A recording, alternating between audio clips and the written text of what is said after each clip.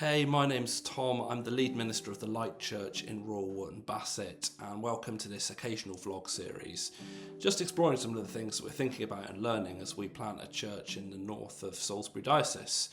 And I just really want to share with you today one sort of temptation, which I feel like the Lord has just underlined to me in my heart over the last few weeks. It could just so easily creep in.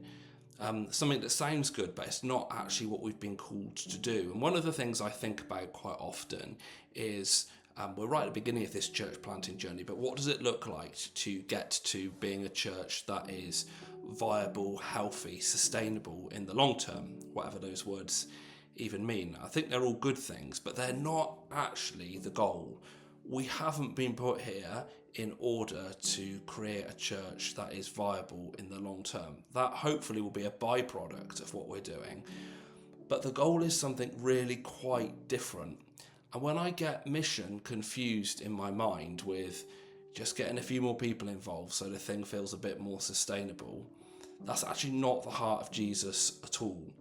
I've been reflecting on the words of Jesus in Luke chapter 19, where Jesus meets with Zacchaeus, the tax collector. Some of you will be familiar with it. You can read it in Luke chapter 19, verses 1 to 10. And just at the end of that little interaction, Jesus describes his own sense of mission and purpose. He says of himself, "For the Son of Man came to seek and save the lost."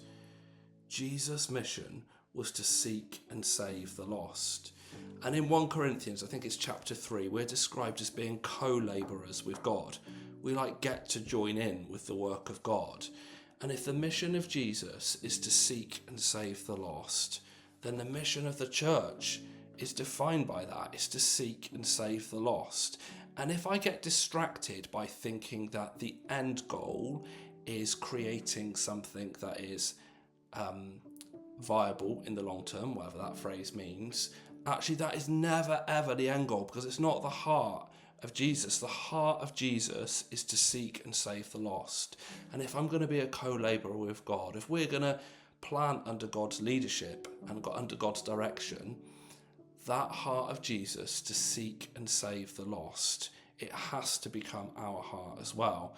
And this has weighed quite heavy on me over the last few weeks, really, just thinking about the term ahead, as so many people do in church life. We think one sort of season at a time. As I think about the season ahead, where it is that we are going as a team, is our aim to try and build something that becomes viable? Or is our aim to seek and save the lost through Jesus? It's him that does the seeking and saving, but to cooperate with him as he does that. And maybe a viable church might be a byproduct of that along the way. So that's what I've been thinking about. That's the sort of check that's been in my spirit recently. What's the overall goal? Is it to try and build something that feels more viable and more sustainable? Or is it to go after the lost with the heart of Jesus, the heart of compassion, the heart to restore people to relationship with the Father because of what Jesus has done? It's Jesus, Jesus, Jesus. None of it's us, but we get to join in with that. So those are a few of my reflections, things I'm thinking about at the moment. God bless you in whatever your context looks like, as we are co-labourers with Jesus, with God, wherever he's put us.